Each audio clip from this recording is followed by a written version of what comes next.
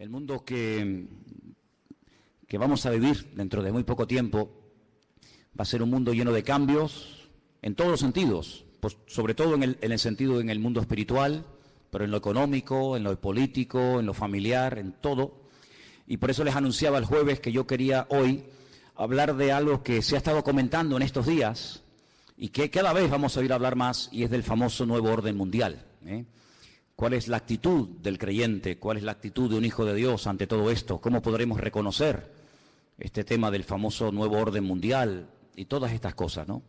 Vamos a leer unos cuantos textos de la Biblia, porque yo quiero que la Biblia sea la que habla tu vida, ¿eh? Que la palabra sea la que habla tu corazón y te convenza y te muestre la palabra, el camino correcto, que te ilumine la palabra, y después tú tendrás que tomar tus propias decisiones.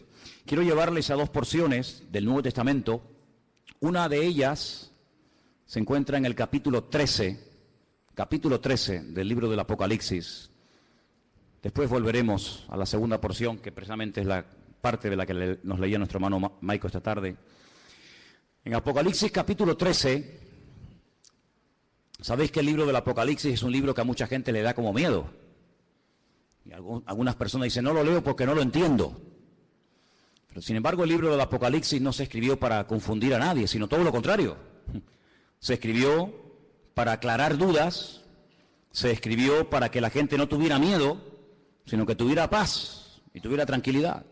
Es cierto que tenemos en nuestras manos un libro que tiene un lenguaje simbólico, un lenguaje donde a veces pues no entendemos a priori lo que nos quiere decir la palabra, porque, ya te digo, está escrito entre comillas en clave. Algunos dicen que para que, si este libro, esta información llegara a la mano de los inconversos, no lo entendieran, pero los creyentes tenemos la base, tenemos el fundamento bien puesto y podemos entender las cosas que dice el Apocalipsis. Y hay muchas cosas que habla este libro, pero en el capítulo 13 habla de lo que llama la Biblia las dos bestias. Dos bestias. La palabra bestia es Jehová, y Jehová es una expresión que se utiliza para hablar de un animal que mete miedo, un animal que trae terror, pero al mismo tiempo un animal casi rayando lo mitológico, un animal que es una mezcla de realidad y de ficción. Y esa es la palabra que emplea la Biblia cuando habla de estos dos personajes. Capítulo 13, verso 1, dice así la palabra: me paré sobre la arena del mar y vi subir del mar una bestia que tenía, dice aquí, 7 cabezas y 10 cuernos. No hay ningún animal que hoy en día exista que sea así. Es algo totalmente metafórico, ¿no? En sus cuernos tenía 10 diademas y sobre sus cabezas un nombre blasfemo. La bestia que vi era semejante a un leopardo, pero sus pies eran como de oso y su boca como boca de león. Fíjate qué mezcla, ¿no? Y el dragón le dio poder, su trono y grande autoridad. 3 cosas, no te las olvides: poder, su trono y grande autoridad. Versículo 3. Vi a una de las cabezas como herida de muerte, pero su herida mortal fue sanada, y se maravilló toda la tierra en pos de la bestia. Adoraron al dragón, que le había dado autoridad a la bestia, y adoraron a la bestia, diciendo: ¿quién como la bestia, y quién podrá luchar contra ella? También se le dio boca que hablaba grandes cosas y blasfemias, y se le dio autoridad para actuar 42 meses. Es lo mismo que decir 3 años y medio, o 1260 días, como también se dice en otro texto, ¿eh? Abrió su boca en blasfemia contra Dios, para blasfemar de su nombre y de su tabernáculo y de los que moran en el cielo. Se le permitió hacer guerra contra los santos y vencerlos. También se le dio autoridad sobre toda tribu, pueblo, lengua y nación. Y le adoraron todos los moradores de la tierra, cuyos nombres no están escritos en el libro de la vida del Cordero, que fue inmolado desde el principio del mundo. Si alguno tiene oído para oír, que oiga. Después en el versículo 11 habla de otra bestia. Si os dais cuenta, dice: después vi otra. No es la misma, es otra bestia. Pero si os dais cuenta, dice que esta bestia subía de la tierra. Sin embargo, en el capítulo 13, verso 1, dice que la primera bestia subía del mar. ¿Lo veis ahí? Vi subir del mar. El versículo 11 dice otra bestia que vi subir de la tierra. Son dos entidades completamente diferentes la una de la otra. A lo largo de la historia, la humanidad ha conocido muchos sistemas de gobierno. Ha conocido durante un tiempo, parte de la humanidad durante un tiempo conoció un sistema que ya prácticamente no existe, pero que se llamaba la teocracia. Era Dios, el creador, gobernando al pueblo y llevando la palabra a través de sus profetas. Y fue un periodo muy hermoso de la historia, donde Dios hacía las funciones de gobernante o de rey, su pueblo obedecía, y cuando Dios tenía que comunicarse o transmitir un mensaje al pueblo, como lo acabo de decir, lo transmitía a través de sus siervos los profetas.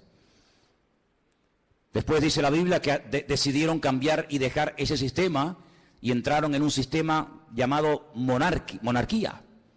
Y el rey moría y su hijo ocupaba el lugar, y en fin, todos sabemos que es otro sistema de gobierno. El mundo ha conocido la monarquía, la teocracia, el comunismo, el capitalismo, la democracia, gobiernos de derechas, gobiernos de centro, gobiernos de izquierda, gobiernos comunistas, gobiernos socialistas. En fin, hay cantidad de formas de llevar a este mundo, pues, por distintos caminos. Pero la Biblia nos habla de un nuevo orden, de un nuevo gobierno, que en cierto sentido tendrá un poco de todo lo que les acabo de comentar. Tendrá un poco de monarquía, un poco de comunismo, un poco de democracia, un poco de capitalismo. Será como una especie de mezcla, pero también es un sistema completamente nuevo. El hombre nunca ha visto ese sistema de gobierno que en los últimos tiempos se levantará, y se levantará del antiguo territorio que ocupó el Imperio Romano. Yo no sé cómo estáis de geografía y de historia, pero el antiguo Imperio Romano conquistó prácticamente todo el continente europeo, de punta a punta, todo el Magreb, todo lo que son las naciones del norte de África y parte de Oriente Medio, incluido Siria, Egipto, Palestina y otros países más. De ese antiguo territorio romano, un territorio enorme, la Biblia nos enseña que en los últimos tiempos se formará un nuevo orden mundial, se levantará un gobernante que no sabemos su nombre, pero sí tenemos muchísima información acerca de este personaje, que no es un personaje de la mitología, ni es una especie de engendro entre algo espiritual y algo físico, sino que será un hombre de carne y de hueso, con padre, con madre, con genealogía, con lugar de nacimiento, con pasaporte, etcétera, etcétera. Digo esto porque a veces Hollywood y algunas películas muestran al famoso anticristo como una especie de relación entre Satanás y una mujer, y nace ahí una cosa que no sabe si es un demonio o es un niño. Olvídense de eso. El anticristo, y dicho sea de paso, el único en la Biblia que llama a este personaje el anticristo es el apóstol Juan. Esa palabra no aparece en ninguna parte de la Biblia, sino solamente cuando Juan habla de este personaje. Anticristo, alguien que se opone a Cristo, alguien que ocupa el lugar de Cristo, porque el anticristo no será un ateo. Satanás no es tonto. Satanás sabe perfectamente que lo espiritual siempre al hombre le tira, por un camino o por otro. Luego el anticristo no será un ateo, sino será una persona que caerá en lo más bajo que puede caer un ser humano, y es en la egolatría. Es pretender recibir adoración como si fuera un dios. Esto no es nada nuevo. Ya en Egipto, en Roma y en otros imperios se ha visto como el hombre ha querido ser adorado. Y al faraón se le llamaba el hijo del dios Ra, el hijo del sol. Y en Roma sabemos que miles de personas fueron matados y fueron asesinados y fueron quemados porque querían recibir adoración y querían incluso que se les presentara sacrificios y flores y reconocimiento. Así que el anticristo será una persona que al principio, digamos que, entre comillas, respetará todos los cultos, todas las creencias, todas las religiones, todo vale, no pasa nada, pero vamos a ver cómo después la Biblia nos dice que pega un cambio, y vamos a ver cómo a lo espiritual le va a dar una importancia tremenda, porque el anticristo, que en el Antiguo Testamento se le llama God, G-O-G. Cuando usted lee, por ejemplo, los libros del profeta Ezequiel, usted se va a dar cuenta de que al que llamamos nosotros el anticristo, en el Antiguo Testamento se le llama God. Fijaros qué cosa tan interesante. Satanás, que es un perfecto imitador de las cosas que Dios hace o que va a hacer, llama a este personaje en el Antiguo Testamento God, y es un nombre que la primera y la última letra de su nombre es la misma, es la G, la Gimel en hebreo. Y suma 3, 6, 3. Un múltiplo de 666. Da 66 en total.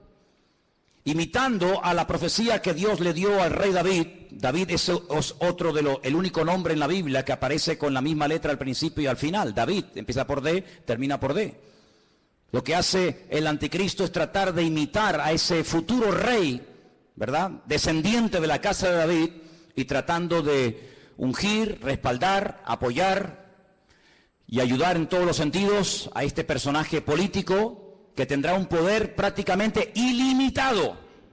Hace unos días, varios gobernantes muy famosos de este planeta Tierra proponían el nombrar a una persona como el presidente del planeta Tierra, el presidente de la Tierra, en este nuevo orden mundial que se está fraguando.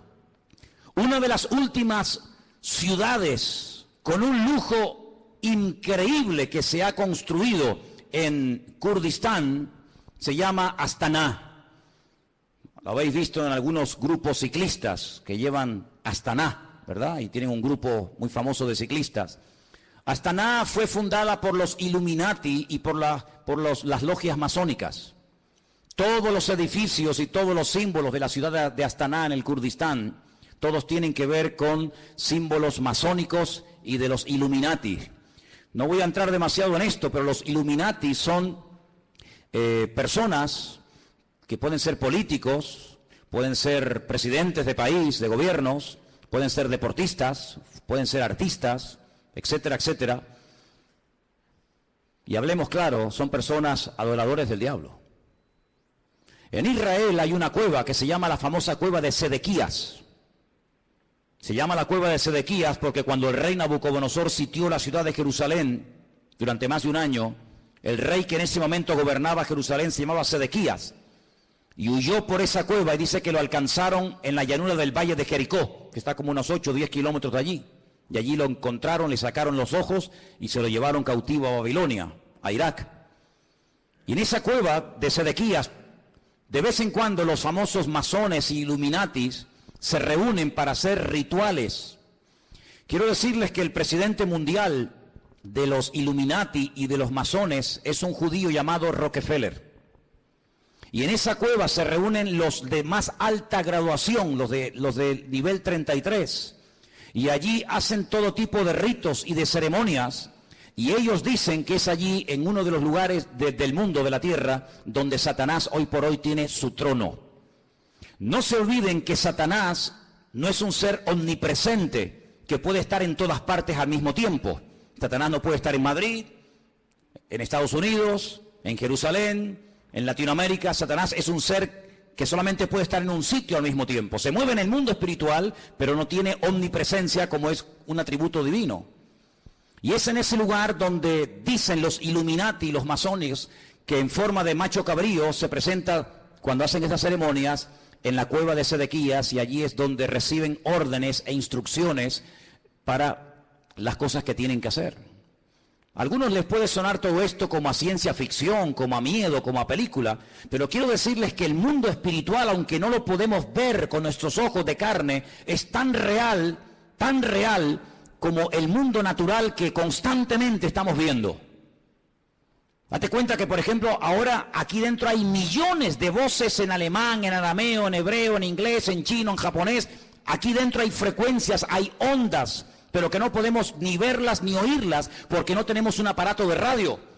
Pero si tuviéramos un aparato de radio con una buena antena, seríamos capaces de escuchar programas que ahora mismo se están emitiendo desde Marruecos, desde Estados Unidos, desde cualquier parte de la tierra, simplemente que no tenemos un aparato que nos permite captar la señal de lo que aquí hay. Es como en la televisión. Y el mundo espiritual es invisible, pero es real. Los demonios existen, Dios existe, los ángeles existen. Todo el mundo espiritual es tan real como el mundo en el cual nos movemos tú y yo cada día. ¿Cuántos dicen amén? Satanás, dice la Biblia, que tiene un título, es el príncipe de la potestad del aire. Él se mueve con una velocidad abismal en la atmósfera. Y en ese lugar es donde Satanás hoy por hoy tiene su trono. Recuerden que en el libro del Apocalipsis, cuando el Señor le habla a una de las 7 iglesias, a una, no a las 7, a una le dice: aguanten, tengan paciencia, van a ser probados, van a tener dificultades, pero resistan, yo estoy con ustedes, porque yo sé dónde ustedes viven, donde Satanás tiene su trono. ¿Dónde tiene su trono Satanás hoy en día? Pues allí, en la ciudad de Jerusalén, es donde Satanás se mueve, porque sabe que la ciudad de Jerusalén es la ciudad más importante del mundo. Es la ciudad donde el Señor Jesucristo pasó la última semana de su vida. Es la ciudad donde Él instituyó lo que conocemos como la Santa Cena, el pan y el vino. Es el lugar donde murió. Es el lugar donde resucitó. Es el lugar donde ascendió. Es el lugar donde en el día de Pentecostés descendió el Espíritu Santo en forma como de lenguas de fuego que se asentaron sobre más de 100 y pico personas que estaban allí. Es el lugar donde Zacarías capítulo 14 dice que Él volverá por segunda vez y pondrá sus pies sobre el monte de los olivos, y el monte se partirá y desde allí gobernará a las naciones. Es el lugar donde dice la Biblia que todo ojo le verá y toda rodilla se doblará. Es el lugar donde vendrán los famosos 2 testigos del Apocalipsis. Es el lugar donde Dios tendrá su sede de gobierno. Es una ciudad mencionada en más de 3.500 ocasiones en la Biblia, en el Antiguo Testamento. Es una ciudad importantísima. Es un lugar donde se está orando permanentemente, de noche y de día, por esa ciudad, pero es un lugar también donde Satanás tiene puestos sus ojos, porque sabe lo que allí va a pasar y lo que allí ya está pasando. Así que el anticristo, no el falso profeta, sino el anticristo, el cuerno pequeño, como lo llama Daniel, el hombre de pecado, el hijo de desobediencia, el inicuo, esta persona cruel y despiadada, tendrá durante 3 años y medio un poder impresionante como no nos podemos ni imaginar. Esta es la última oportunidad que Satanás tiene para destruir a las naciones, para engañar al ser humano. Esta es la última oportunidad, la última bala en la recámara que le queda al diablo por hurtar, matar y destruir, dice la palabra de Dios. Así que se viene un sistema de gobierno que nunca en la vida el ser humano ha visto. Pero, como hemos leído, este hombre, este falso Cristo, este falso Mesías, el anticristo, dice la Biblia que hará alianza, escuchen bien, hará pacto y tendrá el respaldo económico y espiritual de un ente espiritual, por así decirlo, de un grupo religioso que la Biblia lo denomina la Gran Ramera o la Gran Babilonia. ¿Y quién es esta Gran Ramera? ¿Quién es la Gran Babilonia? Bueno, voy a leerles algunas cosas y ustedes lleguen a sus propias conclusiones. La Biblia dice en el libro del Apocalipsis, seguimos en Apocalipsis capítulo 17, que esta Gran Ramera, Babilonia, la madre de las rameras, que ha contaminado a toda la tierra.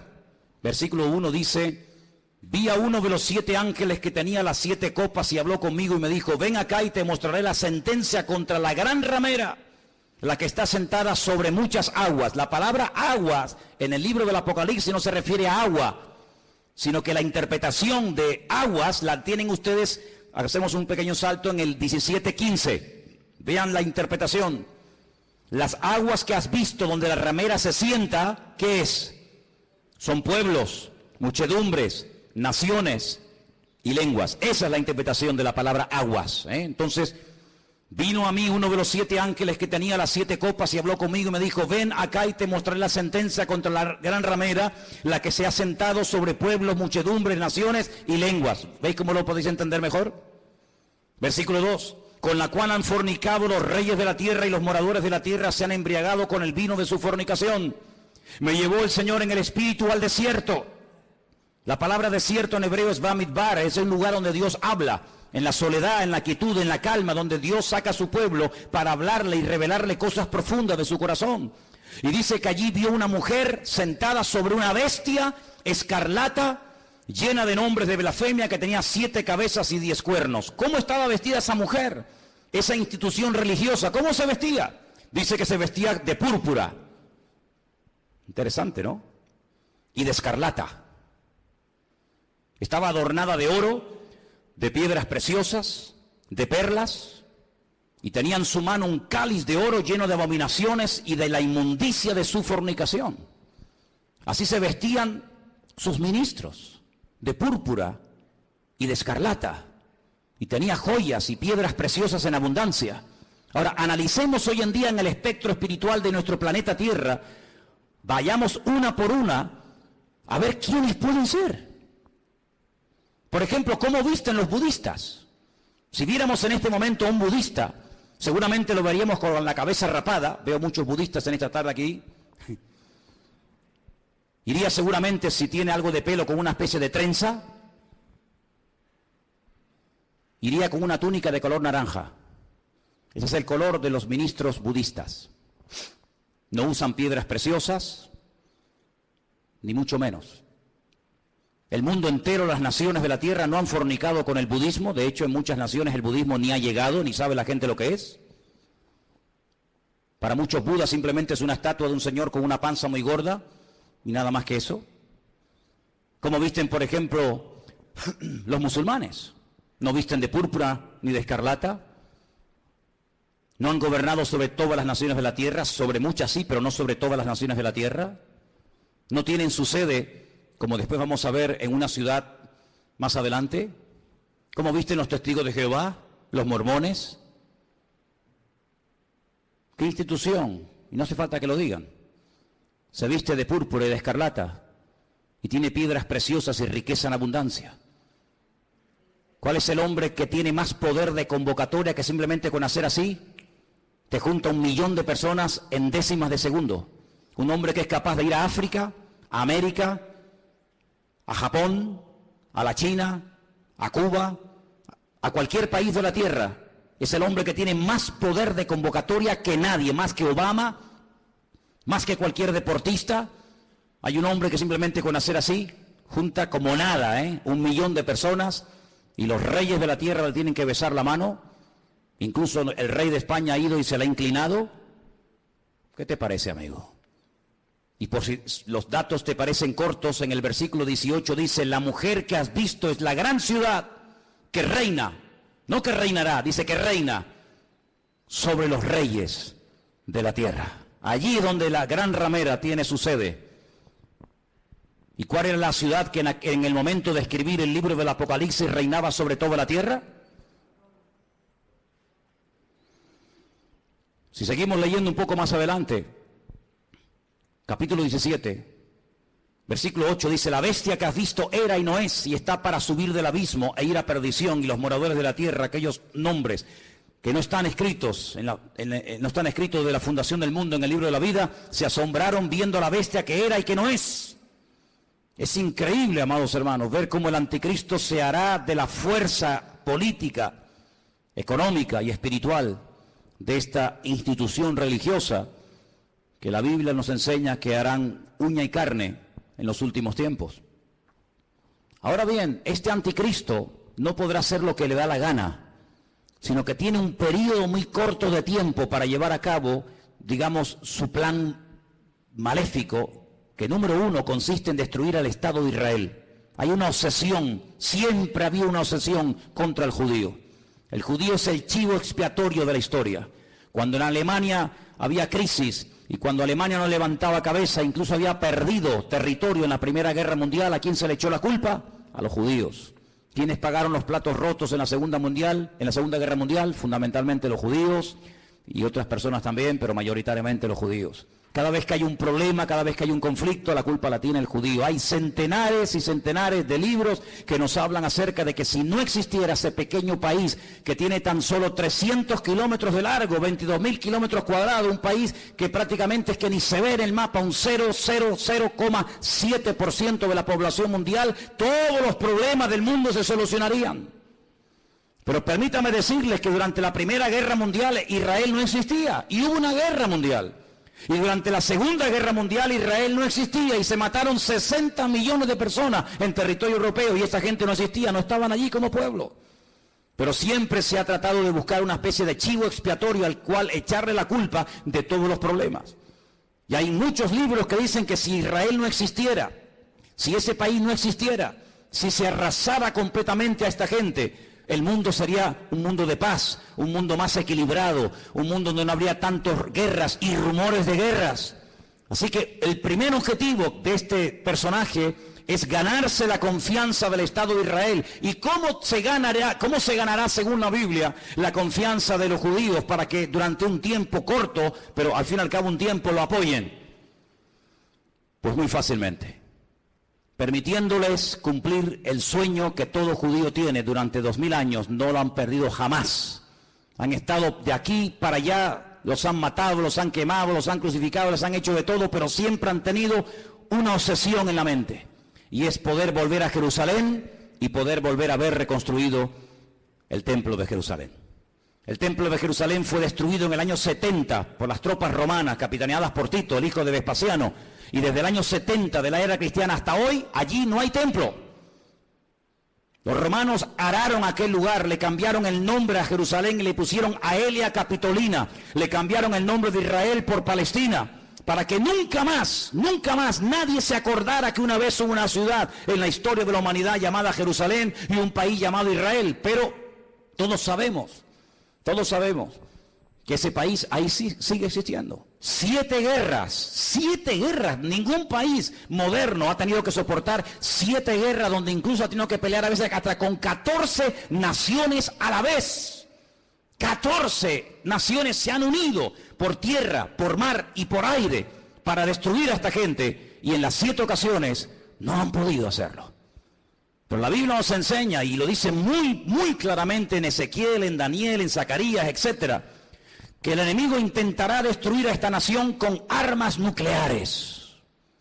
Y la palabra de Dios nos enseña que en un valle que está a las afueras de Jerusalén, llamado el Valle de Jezreel, o el Valle de Megido, se llevará a cabo una batalla tremenda que hasta la Biblia ya ha dado el nombre de dicha batalla, la famosa batalla de Armagedón. De hecho hay películas, ¿no?, que se llaman Armagedón. Y dice la Biblia que allí vendrán naciones de todas partes de la tierra. Atacarán por el norte, por el sur, por el este y por el oeste, por tierra, por mar y por aire. Y será un tiempo de angustia para Israel.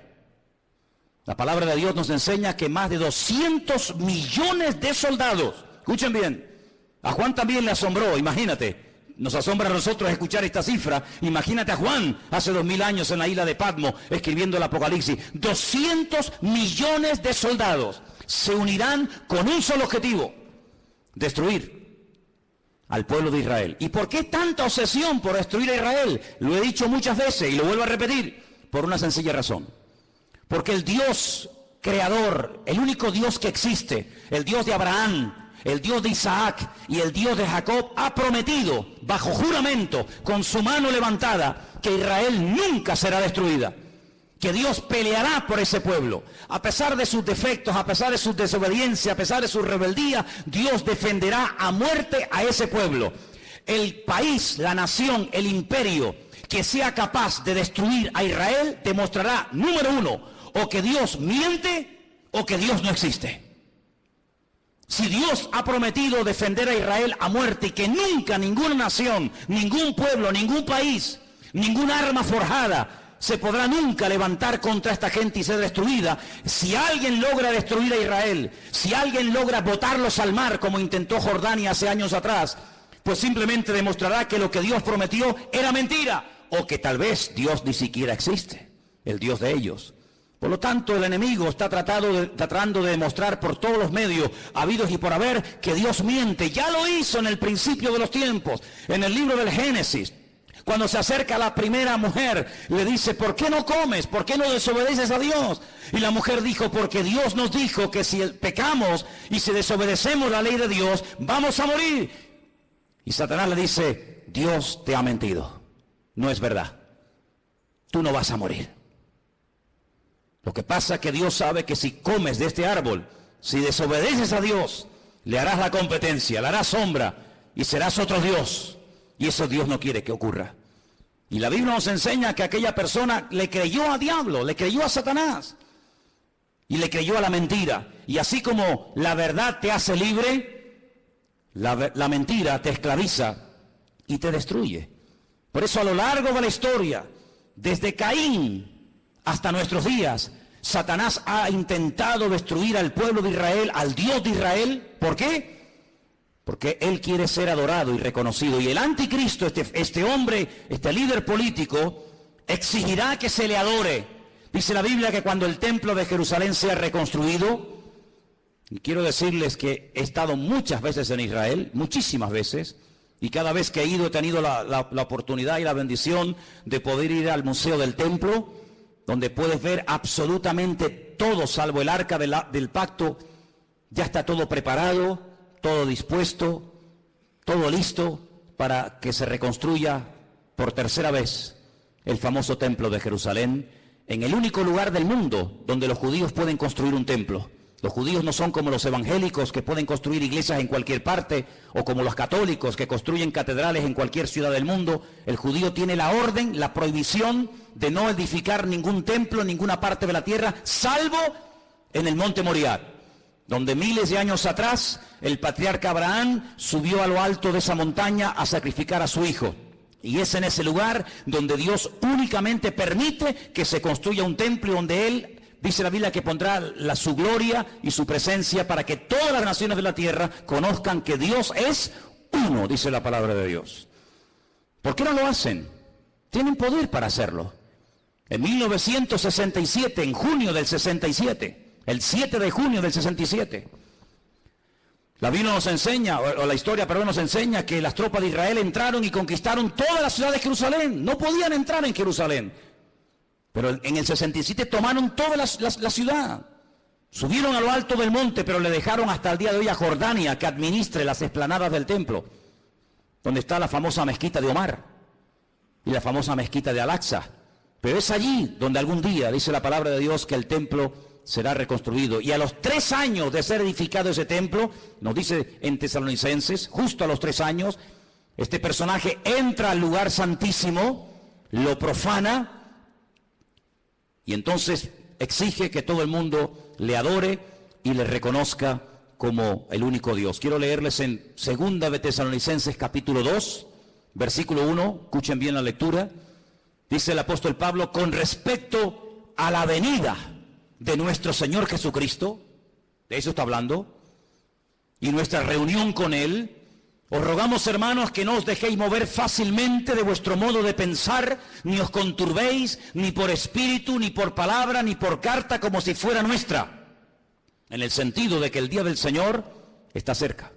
Nadie os engañe en ninguna manera, porque no vendrá sin que antes venga la apostasía, el desmadre, el descontrol total y absoluto. En ese ambiente de desmadre, de descontrol, de guerras y rumores de guerra, de crisis y más crisis, en ese ambiente se levantará el anticristo. Porque viene ofreciendo paz, viene ofreciendo seguridad y viene ofreciendo estabilidad a un mundo que entrará en caos y entrará en picado y no habrá forma de solucionar el problema. Vendrá la apostasía. Dice la Biblia que en los últimos tiempos muchos que se llaman creyentes o cristianos o seguidores de Dios o de Cristo apostatarán de la fe, llegarán a escuchar hasta espíritus engañadores, espíritus malignos, llegarán a creer en cuanta cosa rara y extraña aparezca por el escenario, y se producirá un enfriamiento a nivel mundial por parte de muchos que se llaman creyentes. Dice, y el amor de muchos, a consecuencia de que se ha multiplicado la maldad, se enfriará. Y si aquellos días no fueren acortados, nadie se podría salvar. Dice, más por causa de los escogidos, y por ahí están los listos de turno, que siempre dicen, no, pero los escogidos son los judíos, no somos nosotros. Eso es mentira. Están engañados. Si están enseñados, están engañados. La palabra escogido es ecleto. La palabra ecleto aparece en Primera de Pedro, cuando Pedro le escribe a gentiles, no a judíos, a gentiles, y les dice, vosotros, que antes no erais pueblo, si eran judíos, eran pueblo. No, pero es que vosotros no erais pueblo, porque el único pueblo que Dios tuvo en el pasado fue Israel. Vosotros que no erais pueblo, ahora sois pueblo de Dios. Real sacerdocio, amén. Nación santa, pueblo escogido por Dios, para que anunciéis las virtudes de aquel que os llamó de las tinieblas a su luz admirable. Es decir, la palabra que toma Pedro, que es ecleto, es exactamente la misma que aparece en Lucas 21 y en Mateo 24, cuando habla de escogidos. Dios tiene solo un pueblo, Dios no tiene dos pueblos, Dios tiene un solo pueblo. Y en ese pueblo forman parte todos aquellos hombres y mujeres que han aceptado a Cristo como su Señor y Salvador personal. Punto. ¿Cuántos dicen amén? Y dice que si no fueren acortados aquellos días, pero por causa de los escogidos tiene que acortarlo, nadie se podría salvar. Entonces dice que cuando venga la apostasía, muchos, no todos, muchos se apartarán. Y estamos viendo gente que antaño predicaba el Evangelio, ya ni lo predican, ni sirven al Señor, ni se congregan. Y no se asusten ni se sorprendan. Pedro dice, hermanos, no os sorprendáis, como si alguna cosa extraña estuviera ocurriendo. Ya os hemos predicado, ya os hemos profetizado, ya les hemos escrito. Dice, y después de mi partida, yo procuraré que ustedes tengan memoria de esto, para que no se olviden, que muchos apostatarán de la fe, que muchos se apartarán, que muchos se olvidarán de Dios, incluso hasta lo van a renegar y lo van a rechazar. Dice que cuando venga, antes de que venga el Señor, tiene que venir la apostasía y se manifieste el hombre de pecado, el hijo de perdición. ¿Y qué hace este hombre? Versículo 4, se opone, se levanta contra todo lo que se llama Dios o es objeto de culto. No permite que haya todo tipo de religiones y todo tipo de creencias, sino que va a ser una persona que va a controlar el tema espiritual o religioso. Dice, y es de tal manera este personaje cruel, que dice que se sienta en el templo de Dios, como Dios, haciéndose pasar por Dios.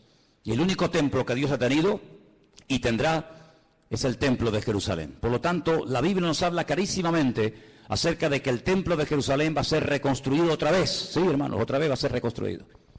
Aunque nos parezca extraño, nos parezca imposible. También era imposible que hace 60 años esta gente tuviera un país llamado Israel, y es posible. Ahora vosotros sabéis lo que lo detiene, a este anticristo, a este personaje siniestro, macabro. Dice, vosotros sabéis lo que lo detiene, a fin de que a su debido tiempo se manifieste. Ya está en acción el misterio de la iniquidad, solo que hay quien al presente lo detiene hasta que él, no ella, él a su vez se ha quitado de en medio. Entonces se manifestará aquel inicuo. La palabra inicuo, pues es una palabra que significa un hombre cruel, sin principios, sin moral, un salvaje, despiadado, una bestia, hasta que ese inicuo sea matado con el espíritu de la boca del Señor y lo matará el resplandor de su venida. He hecho una lista de cómo, de todas las formas que la gente moría en los tiempos de la Biblia. Tengo una lista enorme. Hay gente que murió comida por perros, gente que murió comida por gusanos, gente que murió crucificada, gente que murió apedreada, gente que murió quemada, gente que murió a palos, gente que murió clavados con un asta, empalados. Hay un montón de tipos de muertes en la Biblia, pero nadie ha muerto como morirá el anticristo. Dice que lo matará el resplandor de la venida de nuestro Señor Jesucristo.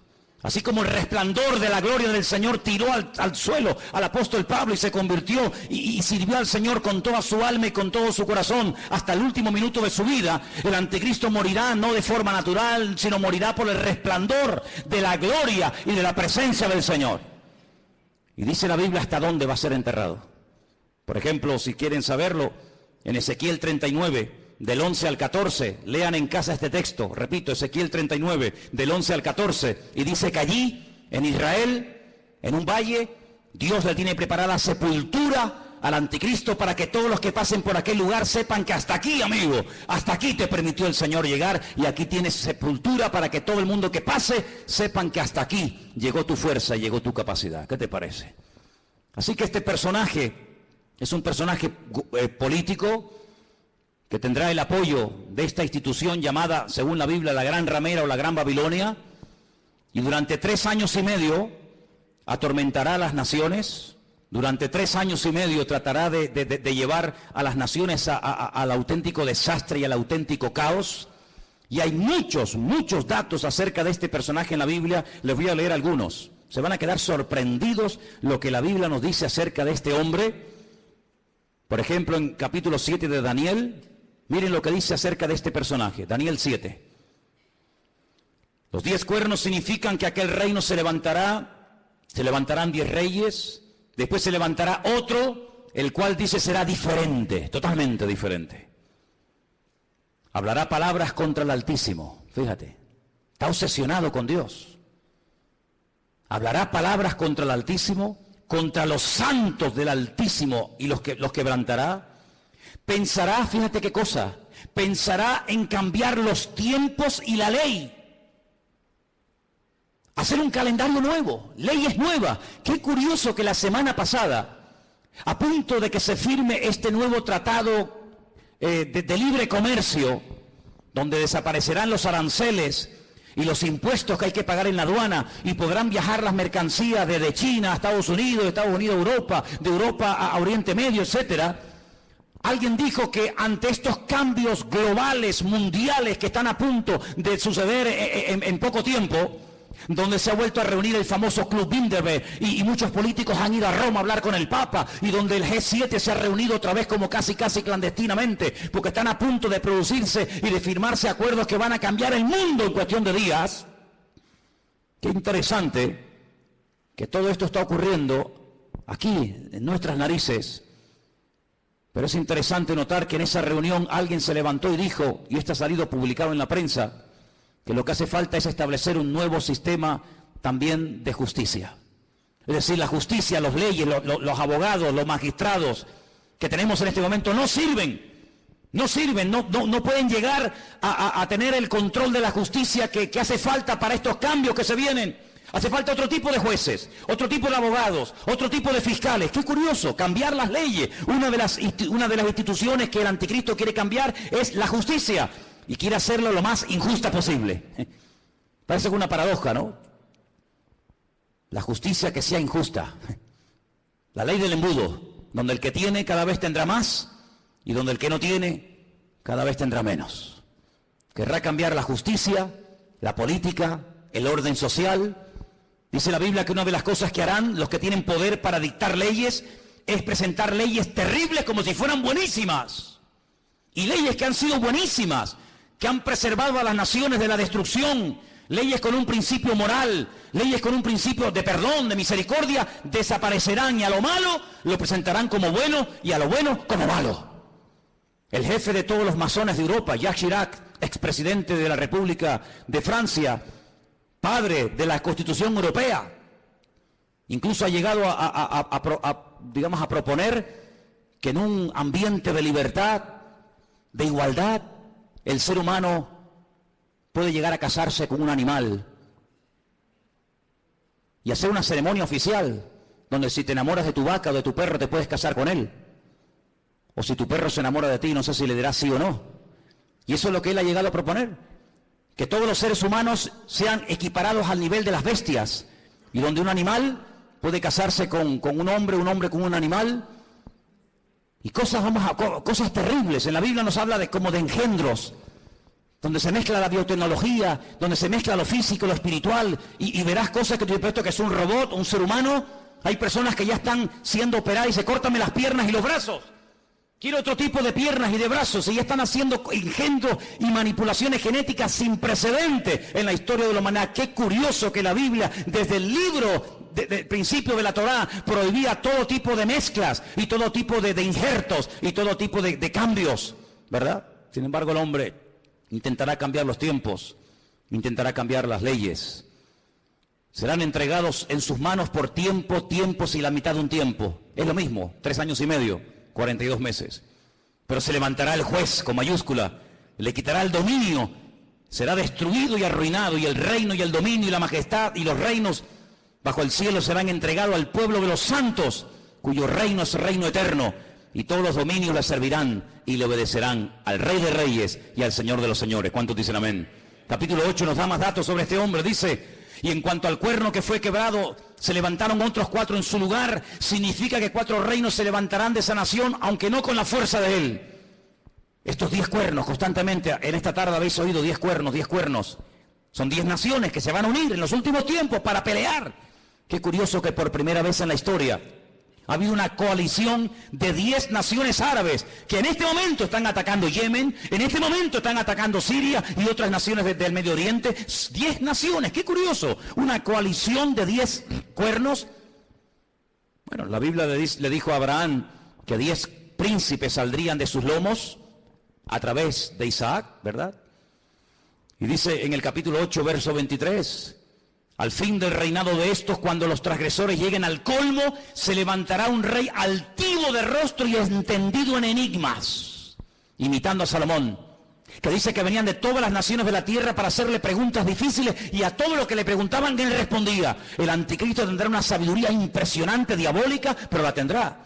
No te olvides que el Señor, cuando creó a este ser tremendo, que no era en ese momento Satanás, sino un querubín, dice que lo dotó de una sabiduría espectacular, de una hermosura sin precedentes.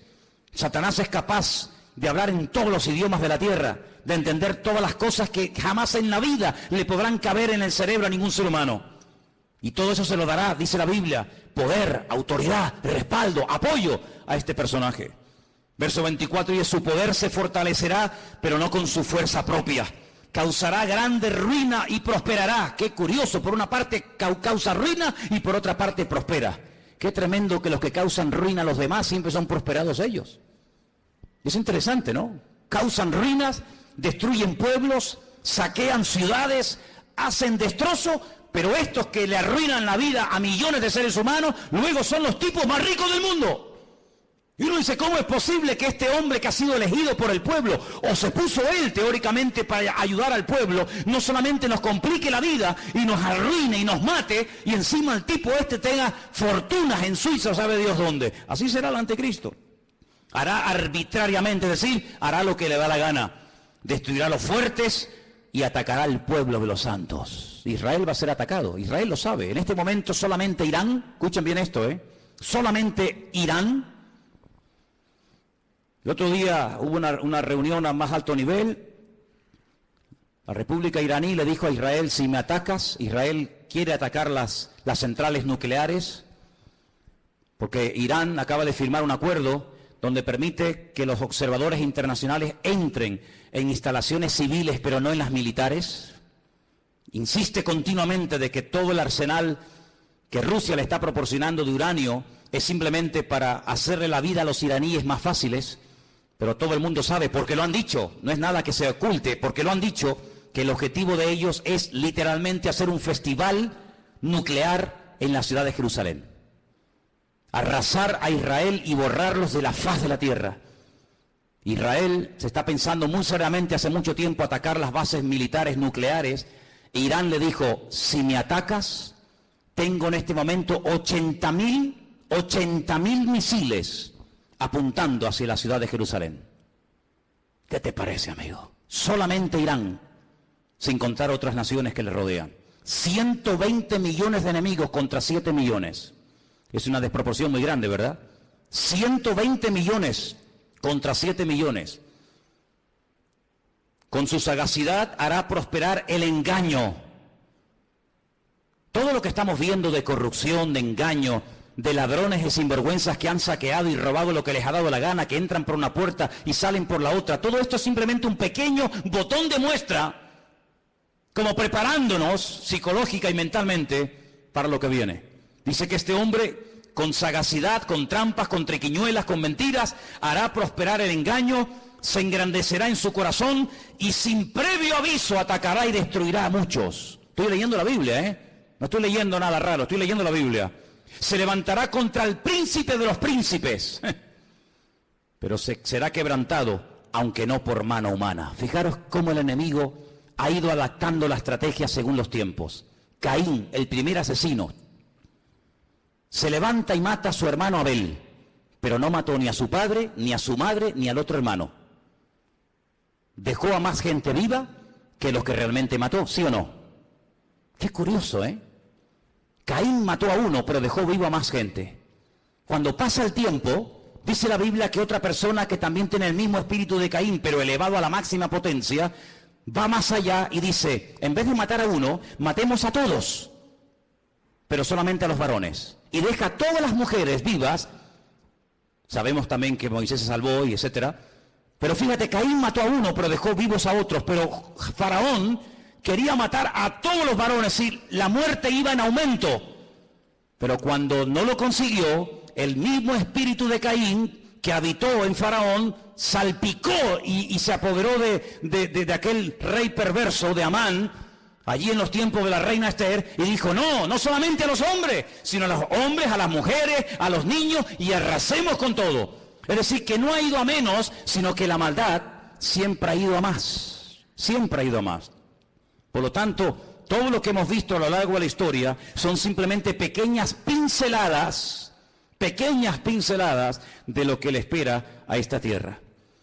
Si saltamos al capítulo 11 de Daniel, sigue dando datos muy interesantes. Dice aquí, hará este rey según su voluntad. Se ensoberbecerá, se engrandecerá sobre todo Dios, y contra el Dios de los dioses hablará. Y dice aquí, y prosperará. Es increíble, ¿eh? Y prosperará. Por eso dice la Biblia, no tengas envidia del hombre malo que prospera en su camino. Porque a veces los malos también son prosperados, pero no por Dios. Y dice aquí, hasta que sea consumada la ira y lo que está determinado se cumpla. Ahora fíjate qué dato tan interesante. Yo sé, y algunos seguramente me lo harán notar, que en el texto original no existen palabras con mayúscula y palabras con minúscula. No existe ni en griego ni en hebreo palabras con mayúscula y con minúscula, que en nuestro idioma es muy importante, porque no es lo mismo la palabra Dios con minúscula que la palabra Dios con mayúscula. No es lo mismo la palabra Señor con minúscula que la palabra Señor para referirnos a Dios en mayúscula. En la Biblia hay un término específico para cada palabra, por lo tanto no hace falta recurrir a esto de mayúsculas y minúsculas. Pero en nuestra Biblia dice en mayúscula, del Dios de sus padres. Luego sus padres eran creyentes. Los padres del anticristo eran creyentes del verdadero Dios. Porque dice, del Dios, repito, con mayúscula de sus padres, no hará caso. Fue criado en una educación, digamos, religiosa, correcta, con el Dios verdadero.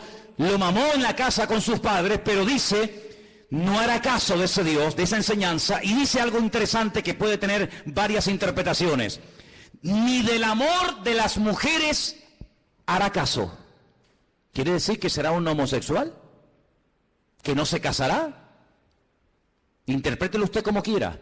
Pero dice que a este hombre no le interesa perder el tiempo. Ustedes saben que cuando un hombre se enamora de una mujer se vuelve medio idiota, medio tonto, ¿no? Por lo tanto, él dice, yo tengo un objetivo y si enamorarme de esta o de aquella me va a quitar mi tiempo, dice, ni hará caso de las mujeres. Increíble. No respetará a Dios alguno, porque contra todo se engrandecerá. Honrará en su lugar al Dios de las fortalezas. Y tú dices, ¿de quién es? El Dios de las fortalezas. No hará caso del Dios verdadero que sus padres le inculcaron y le enseñaron. Dejará ese Dios verdadero y comenzará a adorar, dice aquí, al Dios de las fortalezas. Ahora, el libro de Daniel es el único libro de la Biblia que está escrito en dos idiomas diferentes. Todos los libros del Antiguo Testamento están escritos en hebreo y los del Nuevo Testamento en griego, pero Daniel no. Daniel, parte del libro está escrito en arameo y parte está escrito en hebreo. Se lee igual, pero significa lo mismo. Cuando usted lee del Dios de las fortalezas lo honrará, dice textualmente, Alá Maozín. Y menciona la palabra Alá. ¿Saben que las siguientes Biblias que se van a vender dentro de muy poco tiempo, que ya están en circulación en las iglesias evangélicas, dirá, por ejemplo, en el principio creó Alá los cielos y la tierra? ¿Sabían que la palabra Elohim o Dios desaparecerá de muchas Biblias en los próximos años y aparecerá la palabra Alá? ¿Sabían eso? Pues vete espabilando. De Alá, del Dios de la guerra, como dice el texto, a ese Dios adorará. Dice, Dios que sus padres no conocieron.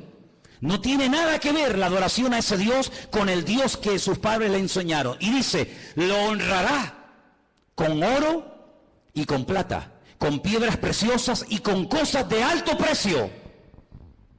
Hermanos, esto se escribió hace más de 3000 años, ¿eh? Es impresionante cómo hace más de 3000 años el profeta Daniel sabía detalles de la vida de este hombre que en aquel momento lógicamente no existía y que está a punto de aparecer. Y dice, con un Dios ajeno se hará de las fortalezas más inexpugnables. y colmará de honores a los que le reconozcan, y con precio repartirá la tierra. Pero al cabo del tiempo, el rey del sur contenderá con él y se levantará contra él como una tempestad. También le irá mal al anticristo, no te quepa la menor duda, también le irá mal. Pero durante un tiempo, aparentemente, las cosas le van a funcionar.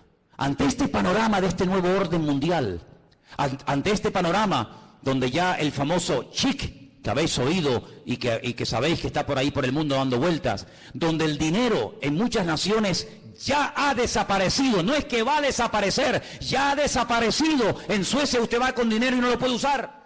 Ya no se usa dinero para pagar nada en Suecia. Todo es con otro sistema.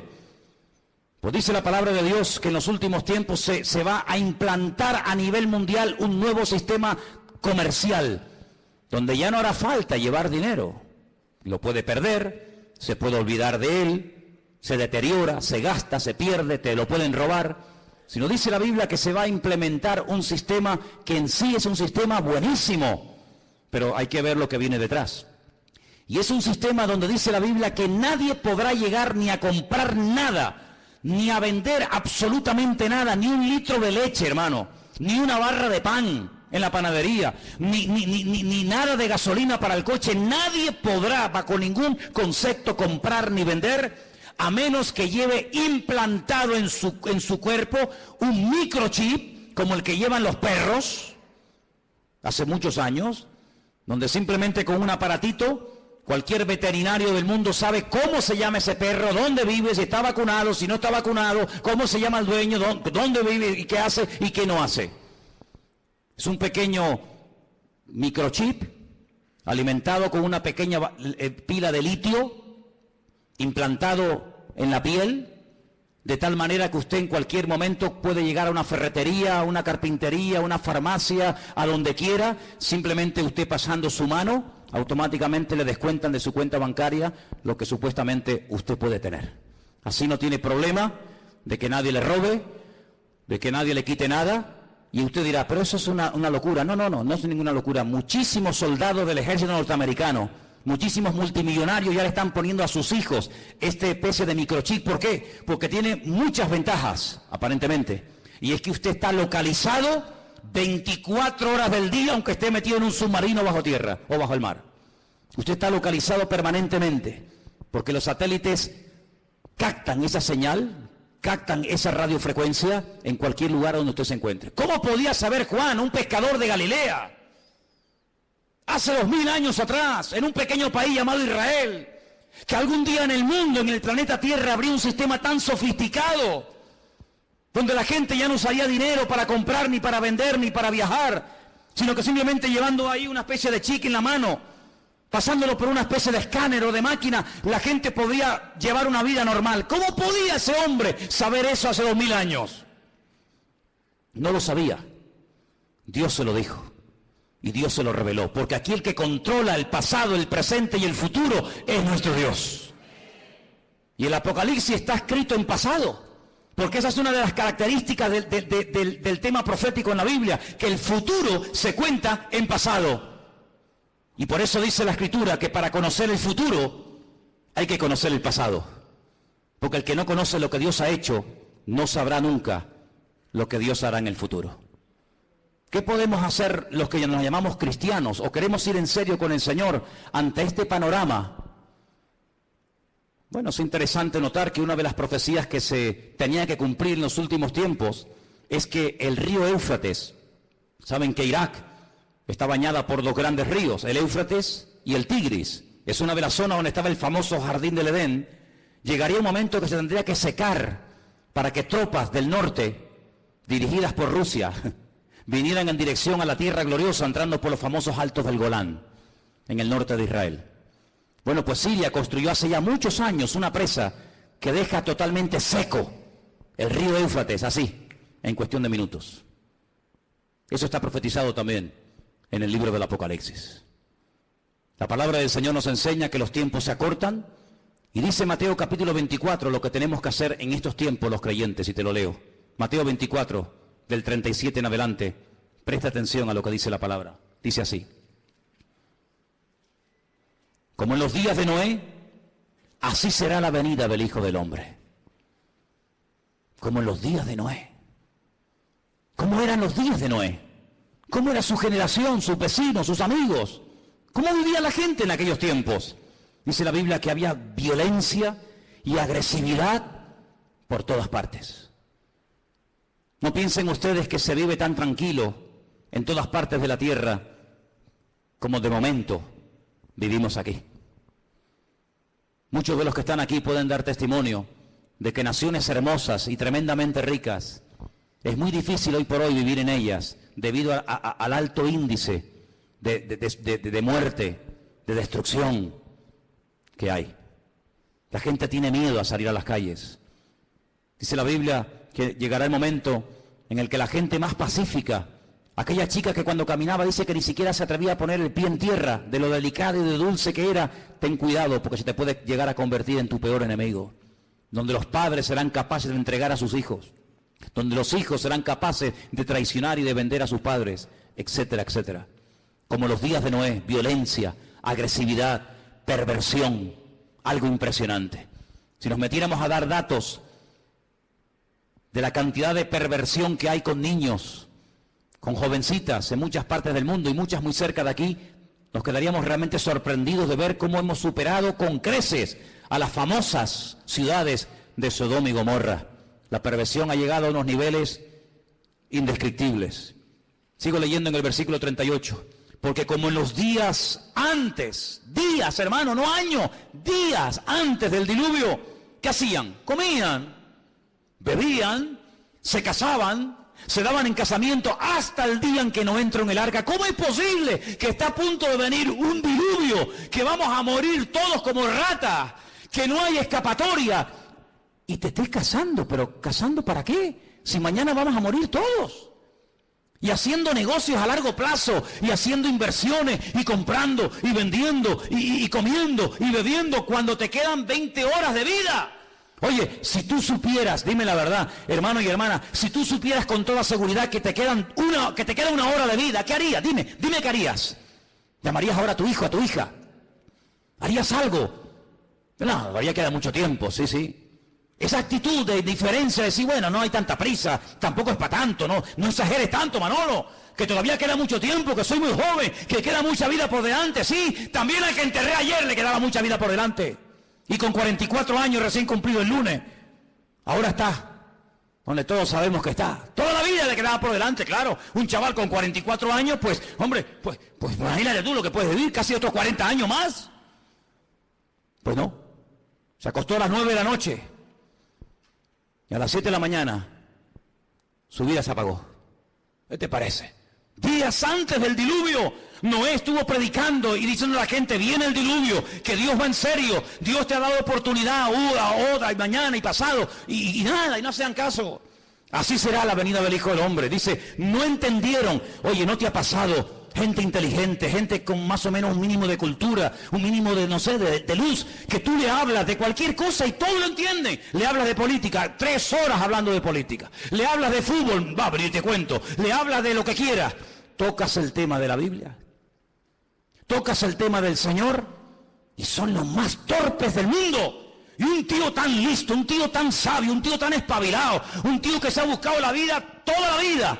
De todo entiende y de todo sabe. Lo dejas en el desierto y el tío sobrevive. Lo dejas en el Himalaya y el tío se busca la vida. Cuando le hablas del Señor, no entiende nada. ¿Leíste la Biblia? Sí, pero no la entendí. Pero tío, ¿cómo es posible que leas el periódico, leas la revista y todo lo entiende? Y cuando te hablo de Dios, no entendieron. Hay como una nube, hay como una ceguera espiritual. ¿Por qué se creen que comencé el culto cantando abre mis ojos? ¿Piensan que todo esto es casualidad? ¿Que detrás de esto no hay oración y preparación? Y diciendo, Dios mío, háblanos. Claro que lo hay. Abre mis ojos, ¿pero a qué? A la realidad espiritual de lo que se cierne y de lo que viene, hermanos. No entendieron hasta que vino el diluvio. Cuando entendieron era demasiado tarde. Claro, entendiste, pero ya no hay tiempo. Se los llevó a todos. Así será también la venida del Hijo del Hombre. ¿Qué te parece, amigo? Algunos no tuvieron miedo la primera vez que se metieron un pico en las venas. No tuvieron miedo ninguno. Algunos no tienen miedo a tirarse en parapente, en paracaídas, al vacío, nadar entre tiburones. subir al Himalaya y hacer locura. Y venga a beber, y venga a beber, y otra. No tienen miedo, pero cuando llega la hora de poner ese valor al servicio de Dios, son unos cobardes. Y la Biblia los llama así, ¿eh? La gente que no tiene valor para creerle a Dios los llama cobardes. Valientes para lo malo, cobardes para lo bueno. ¿No entendieron? Dice, pero por eso estarán dos en el campo. Uno se va y otro se queda. Dos mujeres estarán moliendo en un molino, la una será tomada y la otra será dejada. Y ahora viene la palabra, escúchala, velad, velad, porque no sabéis a qué hora. Es verdad, pero tal y como están las cosas, la hora no la podemos saber, pero ¿qué quieres que te diga? Viendo todas las piezas del puzzle, uno las va juntando por aquí, las va juntando por allá, lo que oye por aquí, lo que oye por allá, lo que me cuenta fulano, lo que yo he leído, lo que me han contado, lo que yo veo tal, y va juntando y dice, Dios mío, nos queda poco, la hora imposible, pero el Señor está cerca. ¿Cuántos lo saben? Sabed esto, que si el padre de familia supiera que hora el ladrón va a venir, velaría y no dejaría minar su casa. Lógico. Si yo sé que esta noche a las 3 de la mañana me va a venir alguien a robar la casa, yo no duermo. Yo no duermo. Yo no lo voy a recibir con una Biblia, ¿eh? Yo me hago de un palo o de un hacha, lo que haga falta. Que venga a las 3 de la mañana. Que venga. Te voy a dar la del pulpo, te voy a dar. Pero si yo no sé que viene a las 3, yo me voy a dormir, me levanto mañana y cuando me levanto digo, ¡ay va! ¡Que me han robado! Que me han quitado esto, que me han quitado lo otro. Pero dice la Biblia, cuando tú sabes que el Señor viene pronto, tú no estás distraído, tú no estás atontado, tú no estás agobiado. ¿Qué es lo que hace el diablo? A uno los revienta a trabajar, como a los judíos en Egipto. Que trabajen como mulas. Así no piensan, así van a llegar a la noche a la cama rendidos. Pero el diablo también a otro le dice, no trabajes tanto. ¿Para qué trabajar tanto? Y los tiene todo el día ociosos, sin pegar palo al agua, y entran en depresiones. Se aburren, comienzan a tontear con esta, a tontear con el otro, mensajitos a este, mensajitos al otro. Entonces los dos extremos. O te revienta a trabajar para que no tengas tiempo ni para orar, ni para leer la Biblia, ni para congregar. No, estoy muy cansado, no puedo, no es que no tengo tiempo. O te lleva al otro extremo y dice, no pegues un palo al agua, no seas tonto. Y estás todo el día buscando un juguetito en lo que entretenerte. ¿Qué te parece? El diablo no es tonto, ¿eh? El diablo no es tonto. Sabed esto, que si el padre supiese a qué hora habría de venir, velaría y no dejaría mirar su casa. Por lo tanto, tenéis que estar preparados, porque el Hijo del Hombre vendrá a la hora que no penséis. ¿Cuántos dicen amén? Os voy a dar una cita para que la leáis tranquilamente en casa. Se titula El Anticristo. Está en Primera de Juan 2, del 18 al 24.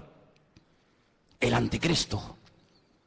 Una de las características de este hombre, ¿cuál será? Ahí está. Primera de Juan 2, del 18 al 24. Algunos dirán, bueno, pero cuando, hermano, las cosas se pongan feas, difíciles, cuando empiece a ocurrir todo esto, los creyentes no vamos a estar, ¿no? Entonces, ¿para qué se escribió la Biblia? Si no vamos a estar, ¿para qué se escribió? Tanta tinta, tanto libro, tanta literatura, tanta advertencia, tanta profecía, tanto mensaje. Si al final no vamos a estar, está perdiendo el tiempo. Es que se escribió tanto para que el pueblo de Dios no fuera sorprendido. ¿Alguien?